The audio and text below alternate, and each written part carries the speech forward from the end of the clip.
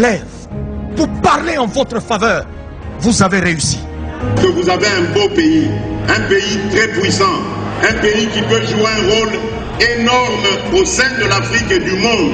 Et je vous fais le serment que d'ici la fin de mon mandat, vous allez voir un Congo nouveau, un Congo fort, un Congo puissant et prospère, un Congo qui va parler de l'Afrique à travers le monde entier.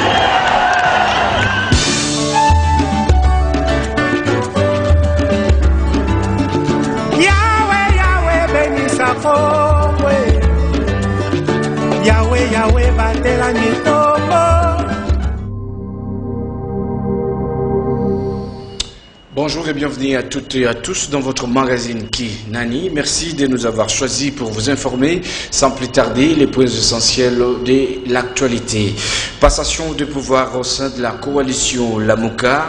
Cause un bras de fer entre Moïse Katumbi Tchapoué et Martin Fayulu Madidi, qui selon lui pense que Moïse Katumbi s'est auto-exclu de la coalition en adhérant à la vision des lignes sacrées de Félix Antoine Tshisekedi Tshilombo, chef de l'État.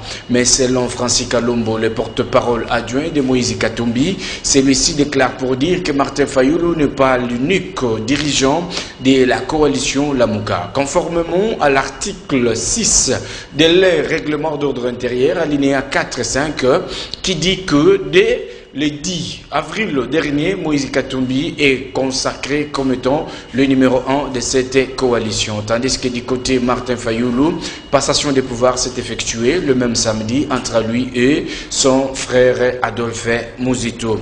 Parlons actuellement de l'hôtel de ville, là où la destitution s'est déroulée pour le vice-gouverneur de la ville-province de Kinshasa, M. Norombungu, qui a été destitué ce samedi dans une plénière qui a eu lieu dans l'hémicycle de l'Assemblée provinciale. Et puis nous allons parler dans le parti présidentiel. François Lusangangele, l'un des cofondateurs de l'UDPS, appelle les dirigeants actuels de ce parti de reconnaître les efforts fournis par le cofondateur du parti présidentiel et de transmettre leur message de demande au premier citoyen Félix Antoine Tshisekedi Tshilombo. Unir tous ceux qui ont participé à la lutte de ce pouvoir actuel pour bien préparer les législatifs en 2023. Nous allons finir avec le message de l'inspection générale des finances. Cette institution demande aux deux chambres du Parlement de mettre à la disposition de la justice tous ceux qui ont cité impliqués dans l'affaire Bukandalozo, comme étant peut-être membre du gouvernement, tout comme honorable député ou sénateur, parce que le procès de cette affaire doit bel et bien débuter dans un peu de temps. Ce magazine continue sur ce plateau avec notre invité, M.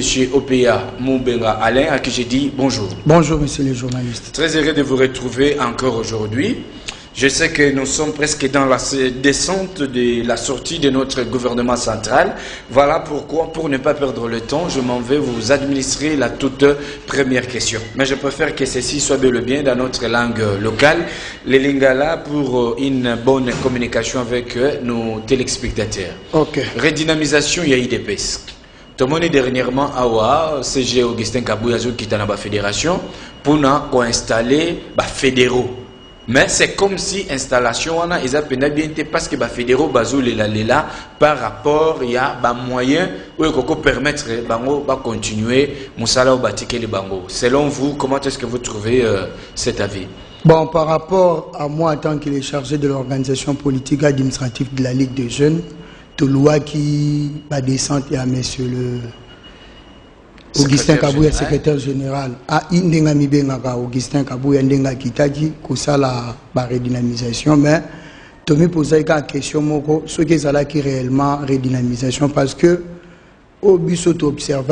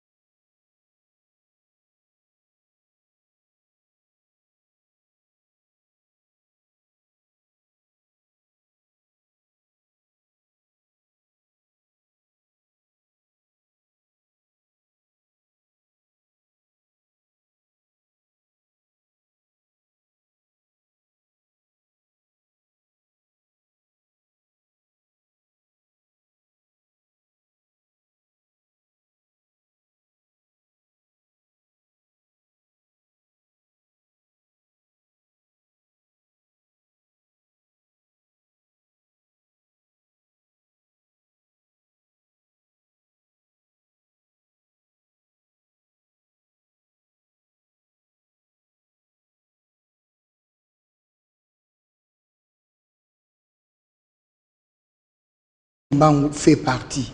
Et Simon Kimbangu, c'est quelqu'un qui au biso le loba congolais faut honorer parce qu'il a été un grand par rapport à combat Oyo Amenaki. Et aujourd'hui, si le président de la République a eu une décision à le 6 avril comme à journée moko chômé et payé par rapport à combat Simon Kimbangu Oyo et ça là qui banane baya ba bote église kimbangiste pour moi nazoloba et sa décision moko très louable. Pourquoi? Parce que nous avons compris dans ces pays, c'est comme si l'église catholique alingaki a faire croire na biso que aza le seul église ou aza na monopole ya religion na kati ya Congo au détriment ya nani bato ba bo église catholique bato ba ko tala ba intérêt na bango moko égoïste individuel ba ko linga ko utiliser église pour na ba intérêt na bango yango na biso pe to lobi tiens église catholique ce n'est pas la seule église. Donc il y a le christianisme, les églises du réveil, il y a l'église kimbangiste et aussi il y a aussi des églises les églises noires. Oyo bako bundela idéologie à l'homme noir na kati ya Congo par rapport à l'église noire surtout nous devons se soutenir pour que to kende pour l'église catholique to comprendre que ba bato ba ko luka ozui cardinal a ko luka ko créer le mususu na kombo ya église. Or l'église n'a rien à voir par rapport à l'église kimbangiste. Nana sepeli centenaire mon frère c'est pas quelque chose de ya osaka na ngote église et ça là 100 ans en tout cas normalement il faut et ça quelque chose au bas mérité. Il faudrait quelque part le président de la République le Rwasali c'est quelque part la reconnaissance. Il y a combat, il y a Simon Kimbangu pour notre pays, c'est quelque chose de très génial. Merci beaucoup par rapport à vos réactions sur ce sujet là. Toujours ce qu'on a vu à Kinshasa. Vous êtes membre de l'IDPS, parti au pouvoir. Oui. Depuis l'IDPS est du pouvoir, mon oyo d'institution ils ont régné ma casse. Namboka na biso à Congo. Tolobela na o etalena no d'institution ya Nerombongo vice-gouverneur ya ville à Kinshasa. Bino boza pour ou contre d'institution à Nerombongo. Mon frère, premièrement pour nous destituer Moutou, il faut qu'il y ait des éléments de preuve où ils ont l'exagé Moutouana atambola ina katamba beba où il sali que Moutouana en motion pour ba destituer. Ce procédé est normal. Tu soutenir. Mais ce que c'est que Moutoubaké ko soutenir pour azoko dénoncer o eza makambu o ko salema na ville province à Kinshasa et ko tambola malamu te ba sepelité pour na nini lobby ba juso ki kanyaka ya nani pour ba ko isaya. En tout cas c'est regrettable. Et moi je vais regretter parce que le combat au biso to bundeli IDP c'est ça combat la vérité. Ce que ça que Nerombongo a la vérité, bon ben quoi ici pour la vérité, ce n'est pas dit que pour tout ça na sommet au compte de ma bêtise. Mais est-ce que selon vous, vous êtes pour ou contre sa destitution en tant que vice-gouverneur? Vous êtes pour ou contre? Problème nangai selon je me pose d'abord la question, il a été destitué pourquoi? C'est ça la première des questions qu'il faudrait se poser. Or, ceux qui ont communiqué destitution, ils destitué pour dénoncer mes gestions à Gentini, dans la ville province à Kinshasa. Nous avons soutenir en côté. Destitution à Marc, nous avons soutenir. Mon frère, si Nerombongo est en train de nous dire aujourd'hui que la carrière nous surtout à Mabanga ou à Kinshasa, bazana ba pourcentage ou ba pesa à hôtel de ville. Et Nerombongo dit il est possible à l'hôtel de ville ya kokende kosenga par rapport à ba pourcentage nae bazwa ba mabanga po ba meka kokunda ba mabulu o ebotami na kati ya banzela nyo so Kinshasa et que Chantinia ko sala ngote. Est-ce que mutu abongo o a dénoncer fo kolongola e to zwaneti zela nazo sunganga to zwaneti commune nanga ona ko vanda lelo commune à Lingwala ozwi nzela o e ko mema na palais présidentiel o abiso o to ko benga commune à Lingwala ozwi avenue. Si c'est Kalembelembe, c'est Kabamba. Comment entre Kalembelembe, Mouchi? Nzele zate. Mais Nzela wane outi Wileri et eko kende koshite na 24 na quoi ya bureau ya Bougumestre ya commune ya Lingwala. Mon frère, est-ce que quelqu'un lorsqu'il dit que la ville elle est devenue sale, quelqu'un qui est en train de dire qu'il y a possibilité d'arranger, bah que destitution mutabongo ngamu bengaka et me fona soutenir. Et ce qui te l'a dit très bien dans le passé, Bitumbo biso to bundela qui ezala qui ko dénoncer ba mes gestions. Et aujourd'hui monsieur le vice-gouverneur a sali yango ba destituer pour à dénoncer, c'est pas quelque chose qu'il faudrait louer. par rapport à ça aussi, vous allez voir, même ceux-là que Obiso Toko considéré, net ba député ou Abiso, bango pe ba kokota na kati ya banyamu nyamu ya marque wana. Et ça quelque chose Obiso Toko dit mango tiens. Merci beaucoup. Maintenant par rapport à l'intervention de Bino, qui se cache derrière la destitution Yanero Mbungu na hôtel de ville? Mais mon frère, Bino na yo nanga na Kinshasa oyoka ki réunion moko balobi et salemaki entre gouverneur na président de l'Assemblée provinciale. Tout ce qui a été dit dans la réunion, Yonanga Tuebi. Alors, pour Anito Keluka, Bando qui musika sur longtemps, Toko Eba déjà que Moutou a dénoncé qui nani. Bato Bagende ko sa la réunion. Oh, Bakolo Bake Kanya qui tambola qui batambusa Kanya Kaponani. Alors, il faut seulement comprendre. Bon, merci beaucoup. Ce que tous les dossiers de destitution en la globalité, quel est l'avantage de l'UDPS dans la destitution de Nerombong? Avantage de l'UDPS dans la destitution de Nerombong, il paraît que les députés même il y a UDPS va voter pour destitution de Nerombong. Mon frère, je vais te dire quelque chose. Au moins, les députés au député IDPS. Et ça, les députés qui sont dans la ville province à Kinshasa. C'est là, ils continuer toujours. Pour que ça récidiviste. Ça, je dois, il faut que la vérité en face. Baza bateau qui sont dans la ville province à Kinshasa, toza à peu près, si je ne me trompe pas, on a 17 députés. Toza na Robinsata sénateur moko. Yo moko oyebi lolenge kanyake tambolaki. Pour babimisa ba député ya FCC. Est-ce que ce sont des mêmes personnes au lelo yo koki ko akotangela na TV pour na bon comme des modèles? C'est-à-dire l'UDPS n'avait pas préparé ses candidats pour assumer certaines responsabilités. Yango na ngana lobi boye. Biloko nyonso tout ce to lobi to so ba parcours ya batwana ba postuler na compte IDPS mon frère, vous allez voir ya c'est comme otokolo bagé. Ba français ba ya di boire à manger dans tout ça. Yango na soko moninga na plateau na ko lela. Redynamisation ya ba cellule. C'est parce qu'on a 4 cellules de base net au Koueba pour dénicher qui est IDPS et qui n'est pas IDPS. Lorsque yo à la fédération, tout le monde vient au Sali et Forinayo. Par rapport à autre comme on a les lois na parti, on risque d'observer aux élections prochaines fils maison IDPS na baliste basate bazu ba na ba ba lelo ba cheba continuer na ko kisabiso soni. Yango biso ba figure emblématique na makambo yo. Tolobito otika esu tante. UDPS est un patrimoine oyo ba père fondateur batike la biso.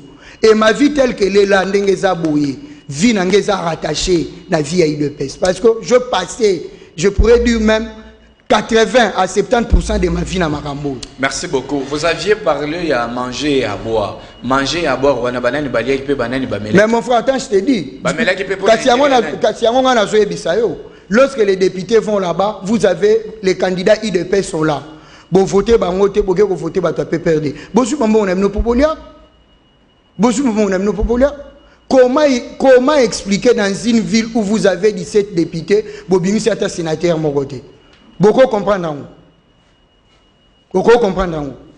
C'est là qui se disent ngamu bengaka mbe je suis IDPS. Na ken ensemble provincial pour na que voter mutu a peu perdre to mutu ensemble. Mais mon frère, je deviens malade. La motivation est motivée qui bango pour voter IDPS, pour voter en face des Alaini. Merci beaucoup. On va continuer avec vous, Alain Moubenga Kayembe. Nous allons avoir un dossier dossier du jour. Au moment où je vous parle, la semaine passée, dans le dossier à Transkin, na mituna keza wapi. Botondi na ba autorité au balanda kabiso parce que makambo tozo lobela peuple auto memela bino bozo zo yango na valeur pe bozo répondre yango. Je suis là avec une notification à côté de que na moment tozo lo bana hôtel de ville rendez-vous est déjà entre le gouverneur de la ville na batu ya Transkin pour que ba doter bango ba engin asika ba reprendre ba activité na bango.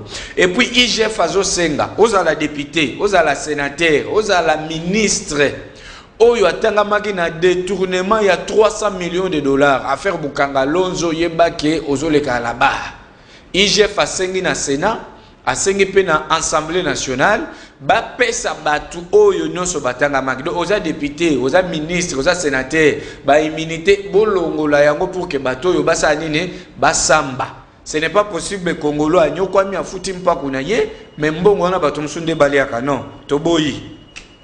À part ça, tous un dossier il y a changement de mentalité. Botika s'il vous plaît, tous une mentalité à Sikana Congo. Yo eza ceux qui mboule beti donc au fongo la dalle, ozo une disposer batonso na ba quartier. Changement de mentalité s'il vous plaît. Changement de mentalité peut pas ba policier à circulation routière, tracasserie les qui et les qui to yebite to salanine. Yango na loba ki la fois passée, to longo la PCR wana, to tia PCT. Et comme on police de circulation routière et de tracasserie. Pour yabino et les qui de l'eau. Bilo kopezo mata prima casse na ba marché à Kinshasa. 1 litre et demi ya huile végétale. Et l'eau na 3800, les lois na 5500. Savon le coco tomana somba 400, les lois na 600. Ministère de l'économie bozawa pina ba inspecteur. Beaucoup qui sur terrain, même s'il faut interpeller ces gens, interpellez-les parce que la population souffre. Na kolobati na ti na kotikate parce que magazine qui ezawana pona ko défendre le peuple, ko promouvoir les atouts et ko dénoncer oyo ya mabe na kati ya mboka na biso. Nazongi awana OPA invité na nga lelo. Lelo nazana besoin pena to kita penza par rapport à la réalité o tozai na yango na kati ya mboka na biso. Est-ce que les lots ba pesio stylo na papier au noté ou bien au côté gestion et assemblée provinciale où ils ont dirigé na honorable Godem Pouy Kadima sur 10 na on repère ça bango combien? On repère ça entre 2,5 sur 10. On justifier 3,5 sur 10 wana. Mon frère, conseiller 10. Moussala a député Ezalaranine. Moussala a député Zanine. Ils ont contrôle. N'a qu'au voter ni. Au voter la loi. Si que lorsque tu as la ville province à Kinshasa, Ndenge et Otambola. Ces députés-là, si réellement Bazala qui va député, qu'est-ce qu'ils devaient faire? Ils devaient aller auditer l'hôtel de ville pour bailler baguer. Pourquoi la ville province de Kinshasa est commisalité? Ils ne le font pas. Lorsque quelqu'un vient pour dénoncer, vous allez l'émotion pour destituer. Est-ce que vraiment on est en assemblée provinciale ou quelque chose de bon pour ressortir dans l'assemblée provinciale? Voilà pourquoi voilà pourquoi na beaucoup de musique, voilà pourquoi na zuka élément moko parce que ça les gens. Et ça les gens. Yo moko zotala surtout bitozo ngaka na dossier net ya marché central. Nanu ba signer contrat te me gouverneur et ça kanga zando. Et Zalagi n'a pas député wana. Il devait aussi aller parce qu'il y a eu des gens, il y a eu des tirs et bêta maïkouna. Dossier à de bandits, il y a eu il y a eu interrogation entre le ministre national de l'Intérieur et le gouverneur de la ville province de Kinshasa. Apport il y a des députés provinciaux à Kinshasa par rapport au dossier à marché central les Zalagini.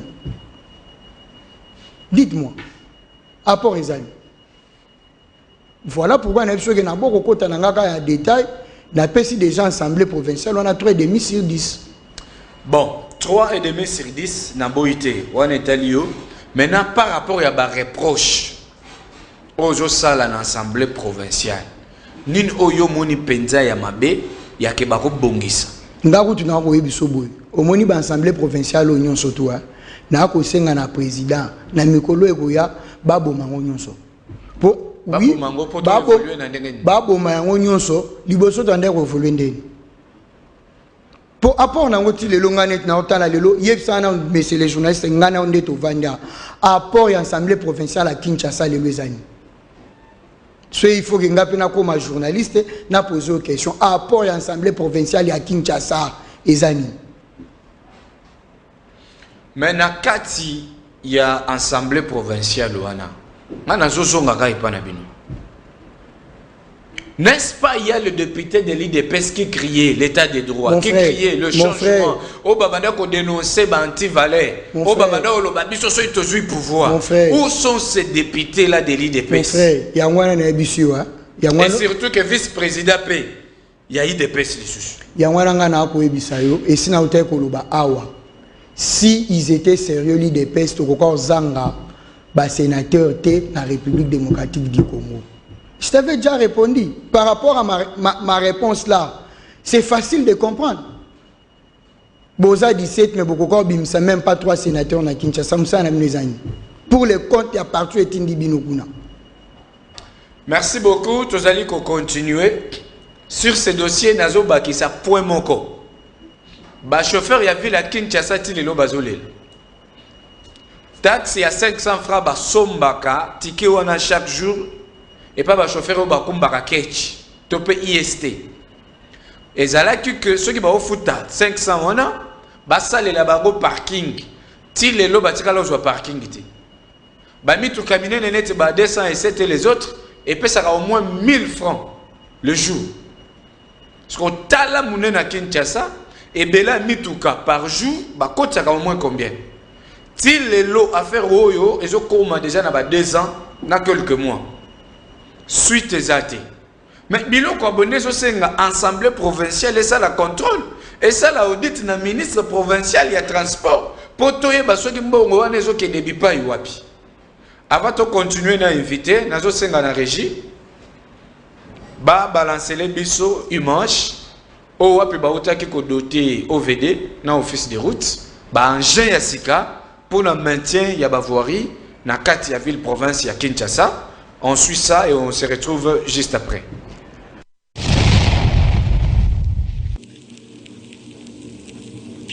Dans le cadre de la remise officielle de matériel de génie civil à l'Office de voirie et drainage OVD et l'Office des routes ce jeudi 8 avril de l'année en cours, donc là on est sur le Lisusu, Nabisengwa Boye, Congo nouveau, Congo nouveau, tozo kota na Congo sika, to isaki bango ke ba moro nyonso na kata Congo na biso boko sima bisaka ba osanine, boko kende, on a opération sans zélo, ya tumba Victor Tikela, opération sans zélo, tala marché, biloko sikeya, o ezali ezali social papa, social na biso to banda kata OVD, banzela na biso fo zala peto, kitoko, avant biloko kota mbele na kata mboka na biso fo banzela bonga, social na to banda déjà papa Victor Tumba Tikela à la réalité, tala makamba kitoko so sala avec Dio, avec vision ya mukonza mboka fati beto, et bongo yo ya, oh bona papa, boko tuna ngulu to ça binoke, oui, ton email action, mais l'élection na biso, ti mo connaît so basi akoya, biso boto ni ana nubie, fo mboka na biso bonga, banzela na biso no kole bani ko bonga boy,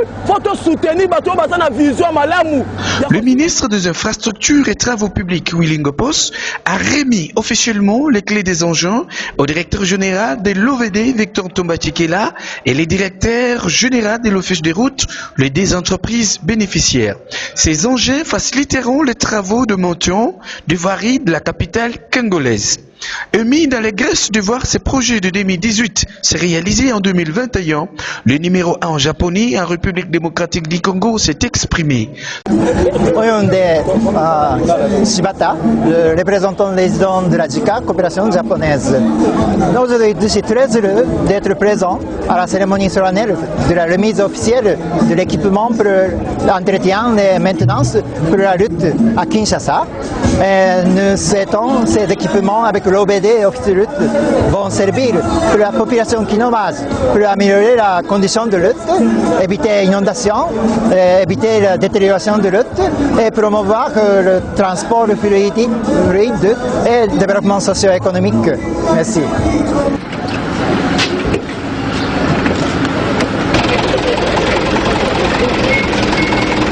Touchés par ces gestes constructifs de la part des Japonais, les Kinois ont manifesté leur enthousiasme. Mal intentionné. Tu as dit que tu vas bundisa projet Tilejelu Makasi. Idée à Batozaï qui est bon qui n'a pas compte mon effectif, bazo moyen ni wa banda ko sala ba détournement. Ba comprendre que cette fois-ci projet Tilejelu ezana suivi ya Makasi. Yango batu bakomi ko bundisa bakomi ko luka ko bundisa projet Tilejelu. Biso batu idée peste lo biboy. O ko bundisa projet Tilejelu abundisi Fati Beton. O ko bundisa Fati Beton abundisi Congo, abundisa Congo abundisi ba Congolais. Donc mutu nyonso ko na makanti mabe ko kutana na mwelon. Merci beaucoup balandi na ngai naza likolo ya rouleau compacteur. Rouleau compacteur. Merci beaucoup Boucho Tala Bilili wana réalisé dans magazine qui parce que qui au fourré au moulin donc tout ça qui sont sur place to sombité to jouer pas mototé. Donc avec Gimbemba et Kashi Kashinde au fourré au moulin nous avançons toujours kende. Ce qu'on avant nous to koba na maso na biso lelo.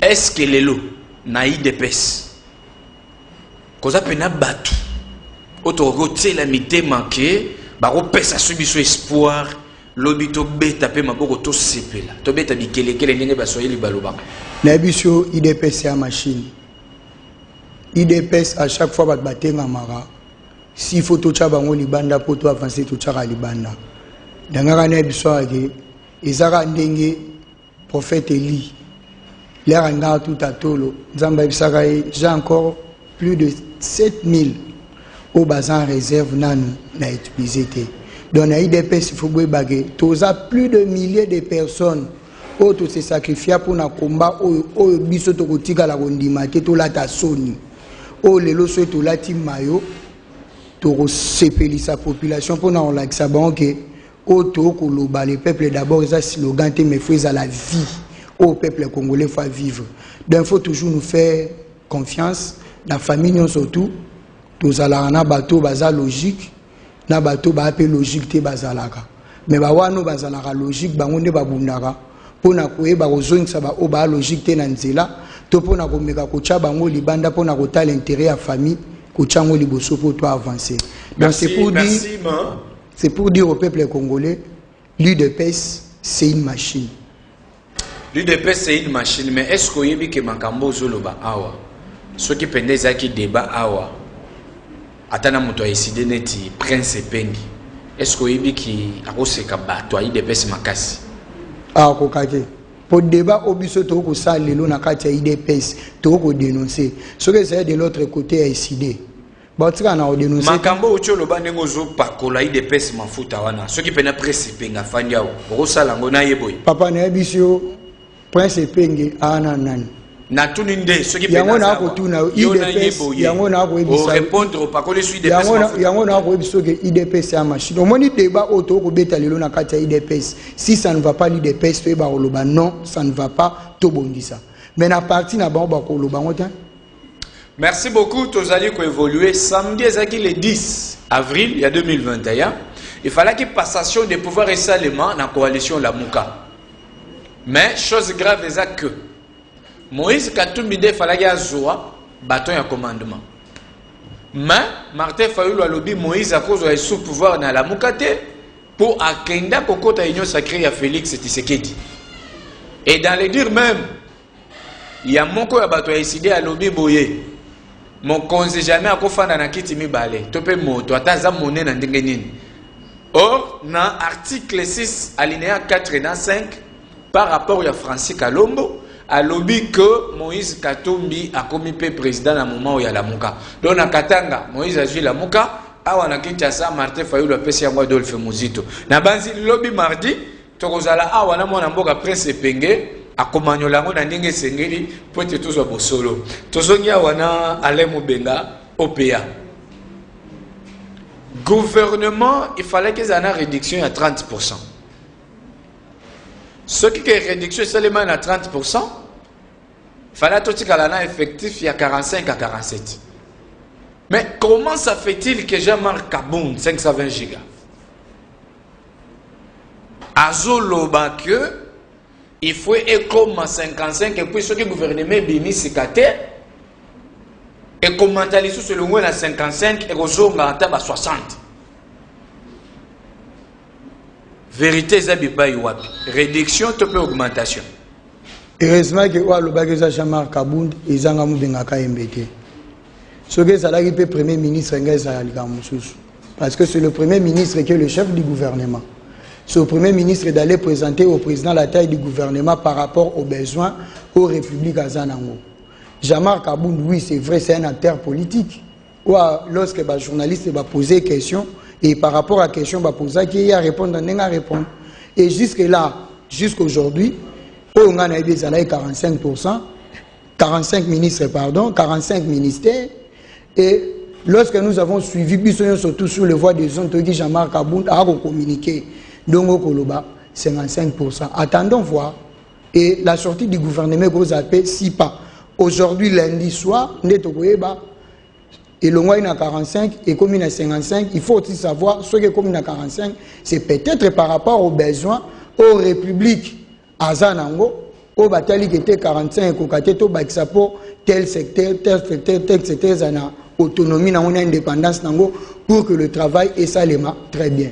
Donc par rapport aux 55 ou à 45 ministères on a aussi un rabition surtout observé total jour ministre ministre il y a eu combien de ministres qui ont été nommés, nous avons eu combien de ministères. Merci beaucoup. Je tiens à signaler que d'ailleurs, il y a déjà la publication qui s'est faite du gouvernement Samalou Kondé. Donc, Boza, déjà à Kosepela, magazine qui toujours à l'actualité. Donc, nous avançons avec les choses par rapport à ce qui se déroule. Donc, Passi Molobeli, à Lobara Nabinoke, on va avancer au rythme du pays avec le premier citoyen Félix Antoine Tshisekedi Tshilombo. Donc, ce qu'on a dit, il fallait tous en 45, les lots tous en 55. Cause nini principale ou est celle que tout le monde est 45, tout le monde est 55. Cause principale les années. Mon frère, ça c'est le secret du président et du premier ministre. Fort malheureusement, place président a discuté avec le premier ministre par rapport à la mouture du gouvernement Nanganayo Tozala-raté. Donc Nanganayo Tozala-quitté pour Toyeba, qu'est-ce qu'il a fait et l'on dans 45 et comme dans 57, seule vérité. Président et premier ministre Moutouba Baebi. Oh non, surtout Baroya Goloba. Oh, ensemble, la Senga qui autant de ministères. N'est de personnes qui sont ensemble parce que Waneza, point de vue à Batuna, Bato, mettre par rapport. Il y a analyse par rapport, il y a évolution, il y a Ndenge gouvernement Zorobimate. Mais si tu voudrais avoir la vraie information par rapport à ça, cause, il faut aller demander au premier ministre, au président, c'est à eux. Ils sont mieux placés. Il y a par rapport à ça, il y a un autre monde ce que l'on peut peut-être na 45 peu comme na 55 et cause là na belema o ya sika o ba kisami o bango ba ebi yango sali ke ba longola on a 45 ba memia on a combien na 55. Bon, ce qu'on a une vision un chef de l'État, il a prôné le peuple d'abord. Ce que dans gouvernement 65 membres. Tout ça là qui va étudier tout le monde que budget en Mboka. Au moins 85% est kendaka juste pour fonctionnement. Il y a une institution. Voilà. Donc peuple a soit côté. S'il faut bien le dire. Bon maintenant avec sa vision, il y a peuple d'abord. Ndenga bakisi li sous effectif, il y a gouvernement. Est-ce que réellement le peuple d'abord est respecté ou pas? Vous ne voyez pas qu'il y a une contradiction? Le peuple d'abord le banan. Gouvernement ba ko bengango gouvernement banan. Ya ba warrior. Gouvernement ya ba vertébré. Ça veut dire que ba toano ba ko ya kaka pona au travail intérêt nan. Ils vont travailler pour l'intérêt du peuple. Et c'est par là que vous allez voir s'ils vont travailler pour l'intérêt du peuple, au moment que le peuple d'abord et zala slogan éthique à la slogan mais comme ma vie quotidienne du peuple congolais. Et vous comprenez que Tolongo est déjà de 65, tu es au Kitine à 55, et ça déjà moi pas. Au fur et à mesure, tu as avancé, au fur et à mesure, tu as réduit le nombre de ministères. Donc il faudra aussi savoir la République démocratique du Congo, place de Kouteli Yango, la place de Luka Komemela Yango, mon frère, il faut jouer au temps. Et Tokoki n'a pas laissé Maramoko, Bolongoli na 65, Bouké na 45, non. S'il vous plaît. Même Kolongola Balongolara. Malembe, entre-temps, Bozo Kolongola, Bato Bakoya Pepona Kosala Moussala, Bakosala pour l'amélioration, il y a vécu quotidien un peuple congolais. Est-ce que vous ne voyez pas que malgré Biloro Zoloba, Banamboka Obakolanda, Biso Bazan regret? Pourquoi? Regret Vanduel. Bato Obaya qui n'a union sacrée, Bayela qui pose cette baloba qui bien nous sommes là pour servir. Donc vous pouvez servir dans union sacrée, pas seulement en étant ministre. Mais c'est parce que tout le monde veut devenir ministre. C'est-à-dire l'intérêt du peuple les a qu'à respecter. C'est l'intérêt du peuple les a respecté. On a déjà de 65, Bokiti Siango na 55. Batouana Boya 55 pour Bassani. Boya on travaille pour l'intérêt du peuple. On travaille pour l'intérêt du peuple était ne bande gona biso tout ta kozana ba on a kata coalition CC cash ba travail qui bien te pour na ko bloquer. Yango mte boti union sacrée ça li lelo bango nous surtout, les Kanarota, la Marambulelo par rapport à la vision à président de la République, Atikala, le seul décidé, sa bâton de commandement pour battre surtout par rapport à la vision. Dans les 55 ministères, Oyaroya a travaillé pour l'intérêt du peuple, mon cher. Je vous dis, le président de la République n'aura pas honte pour sanctionner le gouvernement il y a 65 ministres. Tu es déjà des 65, vous avez enlevé 10 pour à 55. Et ça a avancé? Merci beaucoup. Nabazi, tu as déjà presque na souka ya masolo na biso mkomo lelo. Est-ce que état de droit na Congo précisément na Kinshasa exact est la kate? Papa, état de droit est un processus. État de droit est un processus, il y a vie. Honnête au kokende boue bisonyo surtout au kokende na koyekola état de droit malembe tito koku fatina ndenge mokile ko évoluer aka état de droit ça processus ya vie. Les États-Unis, le pays à vieille démocratie moko mona ba bevie salima kaka. Mais le but est que ndenge ba bevie ko salima pour état de droit ça non, l'état de droit est à vie et à processus ya vie au batu ba na kokende na koyekola pona ko améliorer ba conditions de vie sur le plan juridique, sur le plan ya makambo etali misolo nyonso tu boko kende boko eba na ko sala pona ko eba ke nento ko kina ko tambusa mboka par rapport ya mibeko oyo ko tambusa mboka. Toza na dossier moko boy a. Yango na tuni bino sur réellement état de droit na Congo, précisément na Kinshasa, exacto exacté. Un certain député national, l'honorable Lébé, garde des corps naïe, a bête Massassi, a bomi Mouana, il y a 16 ans, un certain exaucé Tazi. Dossier au dépôt Bandaki Tissikoyo, suite favorable exacté. Comment est-ce que vous réagissez par rapport à ça? Un élu du peuple qui abat encore le peuple. C'est que moi je voudrais vous poser une question. Parce que maman et moi a porté déjà plainte la justice pour et les canacolande la dossier. Parce que l'air yo kolobaki e ko tambola malamu te. Parce que yango na koluka na ba e ko tambola malamu te place nini. Ba corrompre justice et que justice est sali musala na ngote tondenge nini. Parce que le dossier ceux qui déjà bachango ba yoke ko porter plainte mutu a un dossier yé moko abiki fois constituer ba élément nyonso tout pour batinde la mutu invitation à les kanakwa na ko sala nini na ko répondre par rapport ya ba fait au bazo ko reprocher. Je sais que la famille a porté plainte, la justice à ce niveau peut a ko sala o eza ya yé pour que ba meka na ko zone sa famille na kati ya nini ya ba droit na parce que c'est pas quelque chose qui soto ko louete un élu du peuple ou asa censé ko lobela peuple et que Moutunaye a tiré et les kaka bongoté Doli Makam c'est un élu lorsque bagarde na tindaki bakenda ko commettre infraction à l'hôpital à Vrijana où se trouve aujourd'hui Doli Makam. Là maintenant vous allez me dire que l'état de droit existe parce que le dossier de la dame n'a souhaité ma condoléance à la famille ou a outil n'a ko perdre moi un dossier et ça na un niveau d'instruction nan ba instruire dossier te to lo ba état de droit exact non. Donc merci justice ezalaka na lolenge nango esalelaka makamu. Ce que l'on dit awa bien dossier Bukangalozo et bandi leloté. Mais qu'est-ce qui fait c'est que le dossier Bukangalozo est traîné? La justice a ce que les Kanako éléments de preuve que ça là que lorsqu'on va interpeller les concernés pour que justice est bien ridicule, justice est là que ça n'a pas tout que non, ce n'est pas pour rien nous avons interpellé les gens de Bukangalozo. Voilà, nous les avons interpellés par rapport au fait tel où il va reprocher qui n'a bango et voilà que va reprocher qui bango bazar ba coupable la justice a condamné. Merci donc beaucoup. Je souhaite à la famille d'être un peu patient. Tebi que ça passi ko bungi selenge à 16 ans bano ba kokaki moi na kokaki na ko remplacer biso lobby il est parti exact. Merci beaucoup. Toza déjà na souka na lingo pesa conseil du jour na parti ya décidé. Et puis, dans mon amboka, Prince Epeng. Conseil juste dans 30 secondes. Conseil merci beaucoup. Merci à l'équipe technique, les réalisateurs Olivier Chims, Kash Kachinde, Guy Mbemba et les autres, sans oublier ingénieur Lubaki. Merci, moi et vous. Demain, à la même heure, je vous dis au revoir. Quand vous avez une voix qui se lève,